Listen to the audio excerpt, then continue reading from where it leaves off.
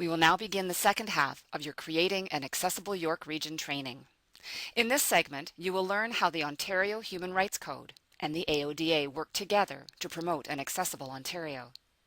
The Code is a provincial law that gives everybody equal rights and opportunities without discrimination. There are 15 grounds of discrimination under the Code, including disability. The Code protects people with disabilities from discrimination. The following series of 5 short videos has been produced by the Ontario Human Rights Commission. The first video offers a short introduction to the Ontario Human Rights Code and the province's accessibility requirements.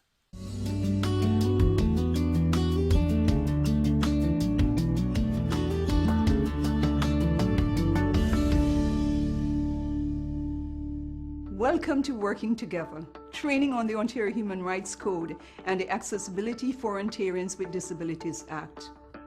We'll show you how the code applies to people with disabilities and about your organization's duty to accommodate. We'll call the Ontario Human Rights Code the Code, the Accessibility for Ontarians with Disabilities Act, the AODA, and the Integrated Accessibility Standards Regulation, the IASR. They're all laws you must follow. This module describes your organization's rights and responsibilities under the Code and the AODA standards, as well as how they work together. The IASR under the AODA requires training about the Code and how it helps people with disabilities. This module provides that training. The Code has primacy.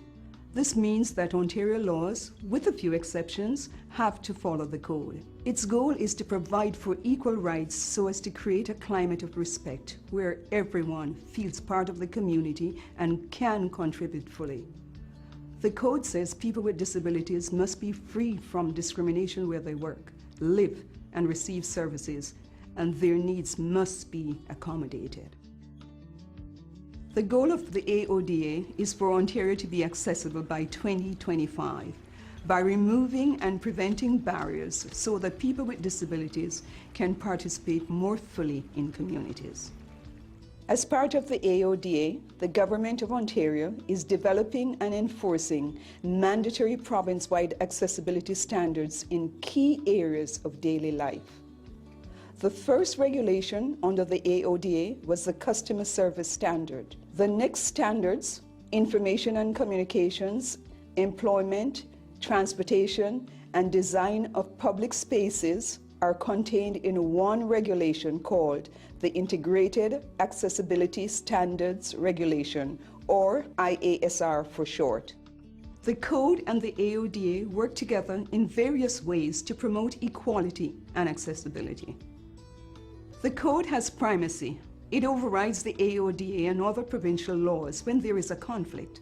In fact, the AODA states that if there's a conflict between it and any other act or regulation, the law offering the higher level of accessibility comes first. The Code and the AODA are both provincial laws and both use the same definition of disability. They don't apply to the federal government and federally regulated organizations like banks, airlines, and interprovincial transportation companies. These are covered by the Canadian Human Rights Act. While the Code and the AODA work together, they have some important differences. Under the Code, when a person with a disability needs accommodation, there is a duty to accommodate. This means organizations may need to provide an individualized response to an accommodation request. The Code applies to all Ontario organizations, regardless of type and size. This includes owner-operator organizations without employees. It also covers volunteers and unpaid workers. The AODA sets accessibility standards that organizations must meet. The human rights principles of the Code help to inform and guide how AODA standards are to be met. The AODA standards apply to all organizations, public, private, and not-for-profit, with one or more employees in Ontario. Requirements depend on an organization's type and size. The AODA standards don't limit or replace the requirements of the code or any other law.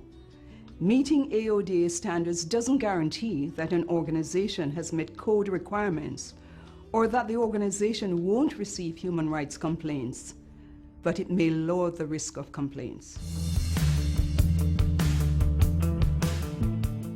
In the second video, you will learn about the code and the protection that it offers to people with disabilities.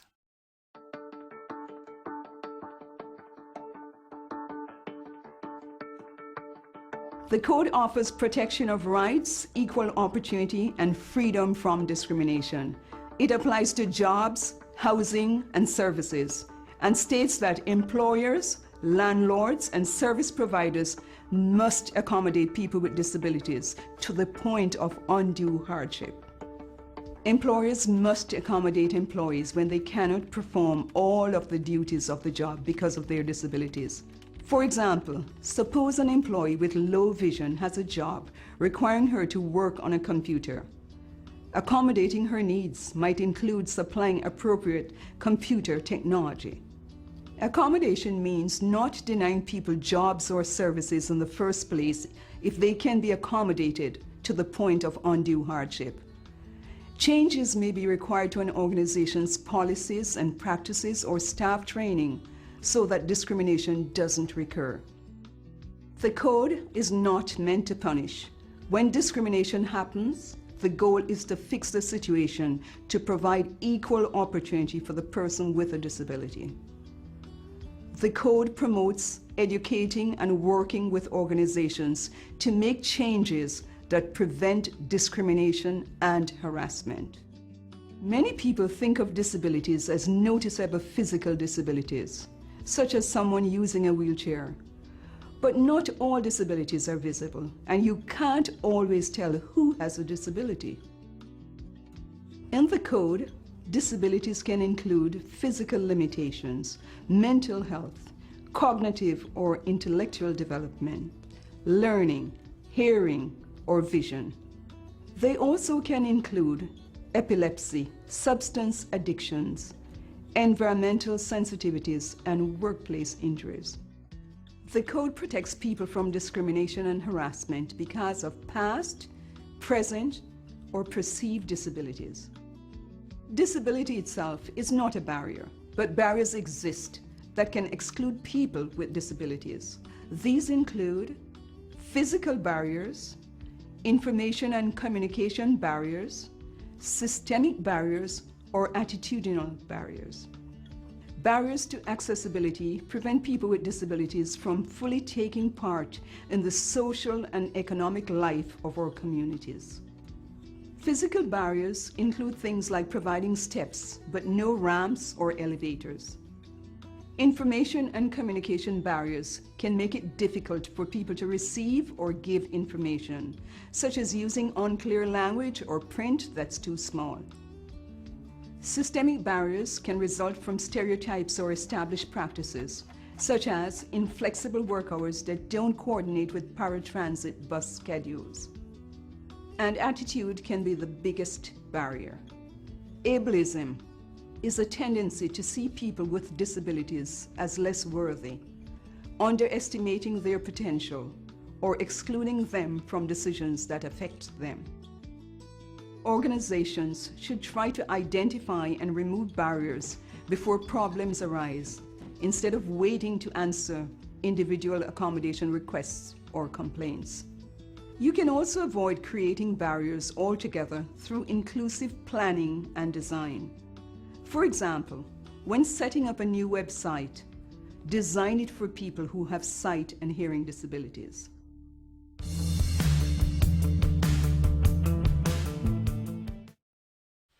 Accommodating the individual needs of people with disabilities is a legal duty under the Code. Understanding the duty to accommodate is the topic of the third video.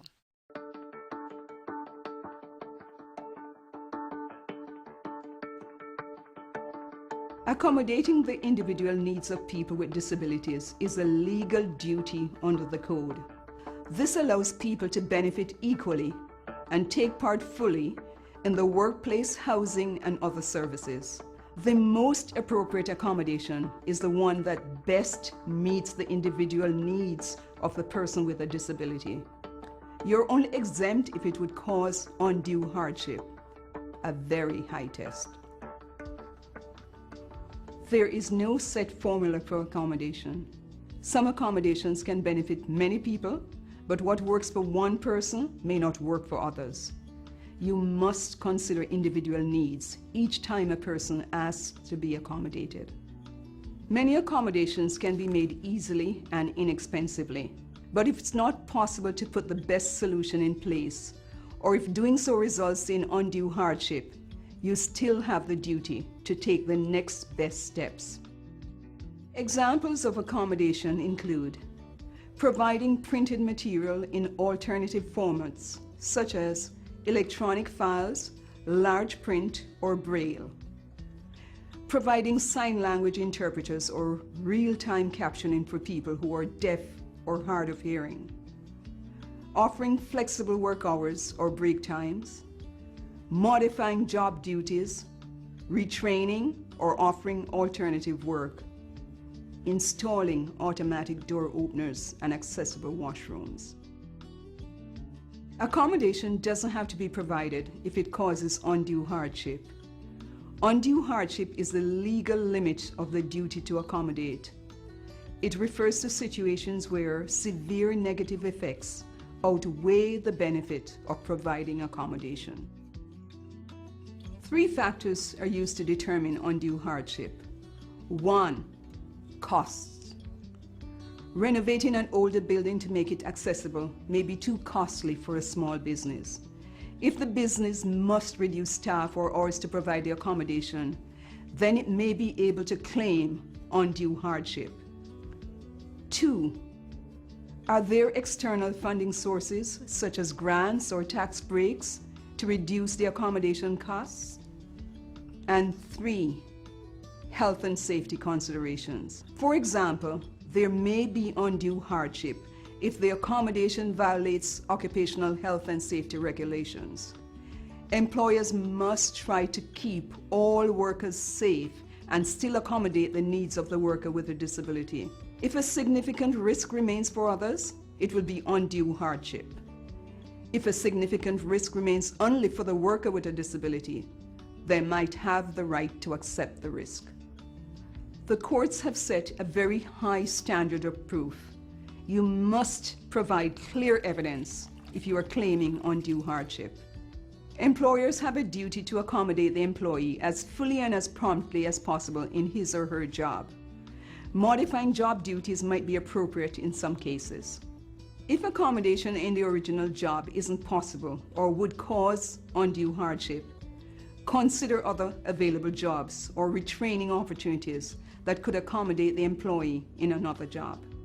You may be held liable if your organization fails to take steps over time to accommodate employee needs. Everyone involved must take part in the accommodation process. Sometimes outside experts can help too. If you need an accommodation, tell your employer, union, landlord, or service provider about any needs related to your disability and your job duties, tenancy, or the services being provided. Provide supporting information about your disability-related needs, including medical or other expert opinions where required. Get involved in seeking accommodation solutions to the best of your ability. An employer, union, landlord, or service provider must accept requests for accommodation in good faith. Act promptly, even if it means creating a temporary solution before a long-term one can be put in place. Ask only for information needed to provide the accommodation. For example, you may need to know that someone with vision loss is unable to read printed material, but not how or why she lost her vision. Actively seek appropriate accommodation solutions and ask for expert help if needed. Cooperate with other parties where necessary. Respect the dignity and privacy of the person asking for accommodation and make sure the accommodation process doesn't lead to reprisals against that person. cover the costs of accommodations, such as any needed medical or other expert opinions or documents, to the point of undue hardship.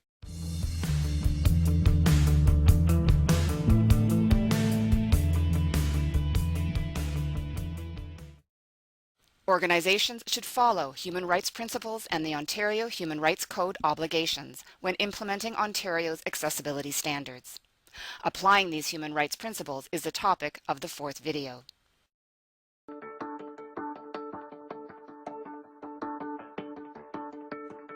Organizations should follow human rights principles and code obligations when implementing the AODA standards.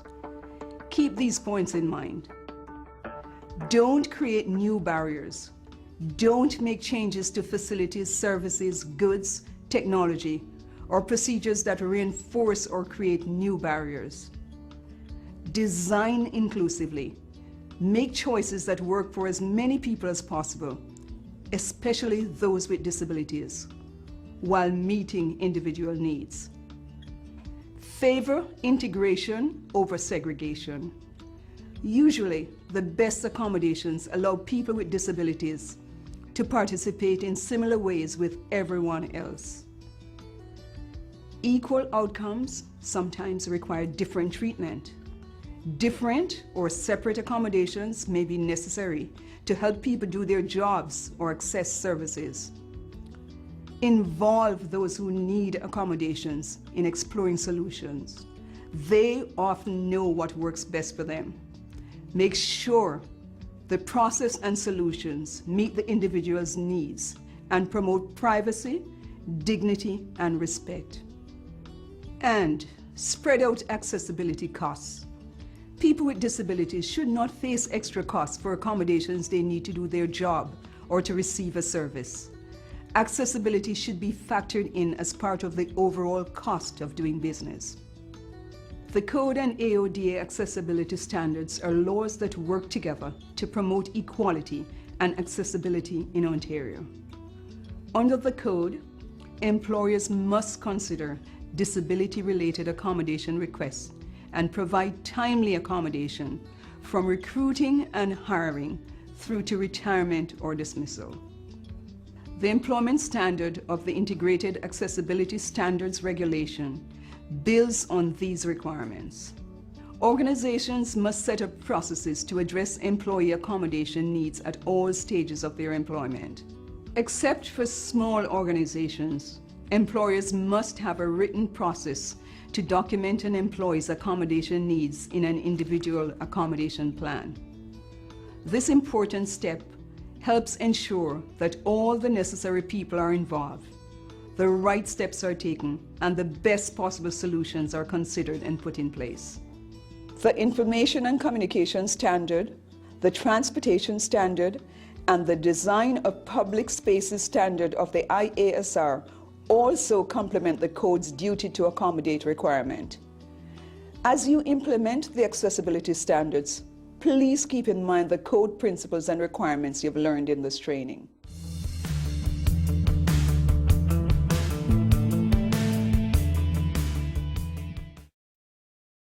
What happens if someone with a disability believes that an organization or person has failed to meet their disability-related needs? The fifth and final video in our training module is about compliance with the law and how it is enforced.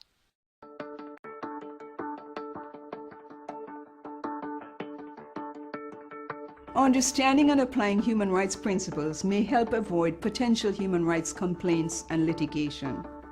Ontario has 3 organizations in the human rights system: the Ontario Human Rights Commission, the Human Rights Tribunal of Ontario, and the Human Rights Legal Support Centre. The Human Rights Commission provides policies, guidelines, and other information on code grounds, including disability and the duty to accommodate. The Human Rights Tribunal hears discrimination claims, called applications, on any code ground. This includes claims from individuals who believe an organization or person has failed to accommodate disability-related needs. The Human Rights Legal Support Centre helps people through the human rights process, such as completing an application or claim to the tribunal. Individuals cannot file accessibility complaints under the AODA, but in cases of non-compliance, the Directorate can enforce standards through mechanisms set under the law. Meanwhile, the Accessibility Directorate works with organizations having trouble meeting the standards in order to bring them into compliance.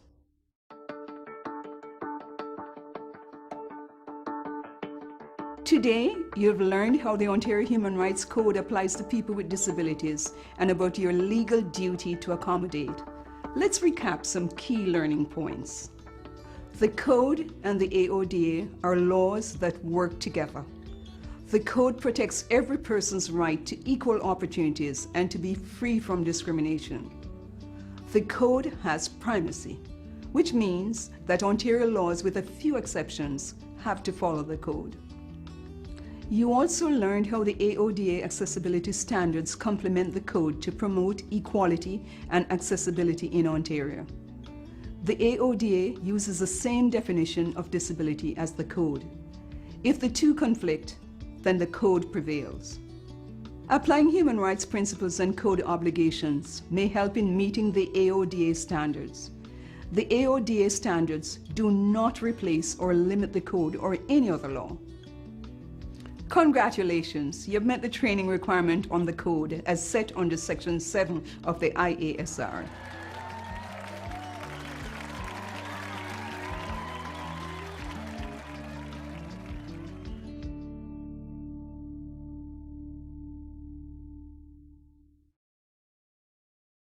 Here are some important points to remember from what you have learned about the Code as it relates to people with disabilities. The Ontario Human Rights Code works with the Accessibility for Ontarians with Disabilities Act to promote equality and accessibility in Ontario. The Code provides for equal rights so everyone feels part of the community and can contribute fully. It protects people with disabilities from discrimination where they work, live, and receive services. It has primacy over other Ontario laws, including the AODA, so if the two laws conflict, the Code will always prevail. And the Code states the legal duty of employers, landlords, and service providers to accommodate people with disabilities to the point of undue hardship. If it is not possible to put the best solution in place, we have the duty to take the next best steps.